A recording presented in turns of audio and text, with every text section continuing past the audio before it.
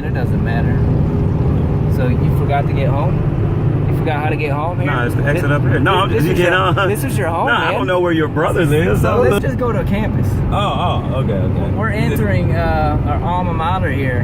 Yeah, Michigan State. Go green. One more thing about protagonists. Go green. Go green. One more back. Go white. God, man, you ruined it. My bad. Let's do it. Go green. Go white. I've been out of college for a long time. Oh, man. I don't want to age myself, Storiers, because I know you think I'm 25.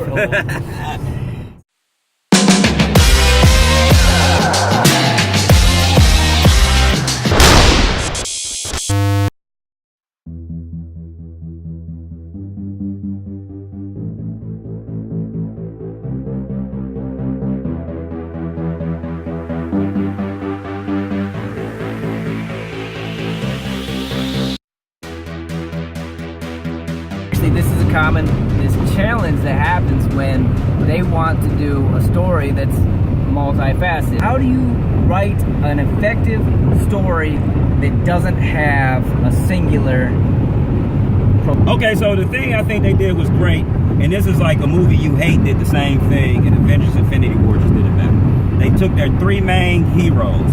Your big three is always going to be Thor, Captain America, and Iron Man. Those are your big three. What's a hate movie?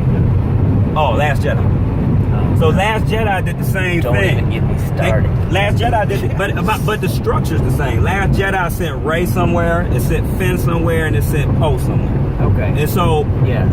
So you don't have the history with those characters they for it to be as suck effective. at it. Yeah. By separating the characters, you're allowed to give good emotional beats between a smaller group of characters. So now you have a movie with 20-something heroes, but you broke them into three groups, so you basically have three different movies in one.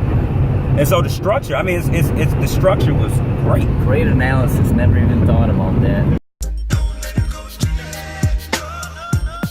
I say it was like watching a TV show in 2.5 hours. So when you go back to Thor, even when it's just Thor waking up on the boat, that feels like its own little thing. You know what I'm saying? Then he goes with Rocket to their own little thing. Then he goes somewhere else, and then he comes back, and then he joins the rest of the story, actually. So, like, I actually think those decisions that they made from the writer's standpoint, just mwah. I hate to keep blasting DC here, but this is what I did not like about Justice League.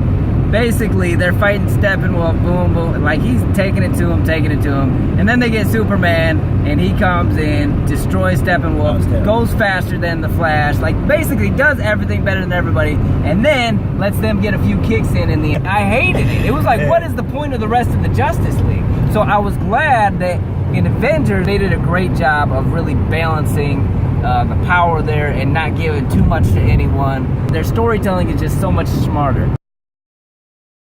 I was thinking about this.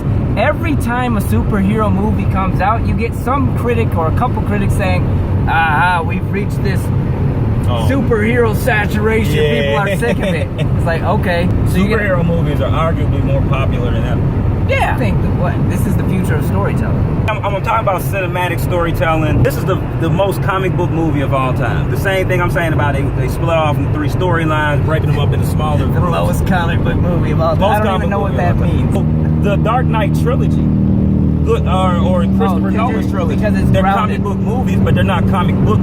You could have took Batman and out of the cowl, and those would still be good. It didn't really adhere to the rules of comic book storytelling as much. But this was like a comic book on the screen. So much of that stuff was grabbed directly from like Infinity Gauntlet and the stories it was based on. Infinity by Jonathan Hickman. That's where the Black Order came from. I always tell you the best storytelling being done is in comic books. The comic books are, they have a cult following.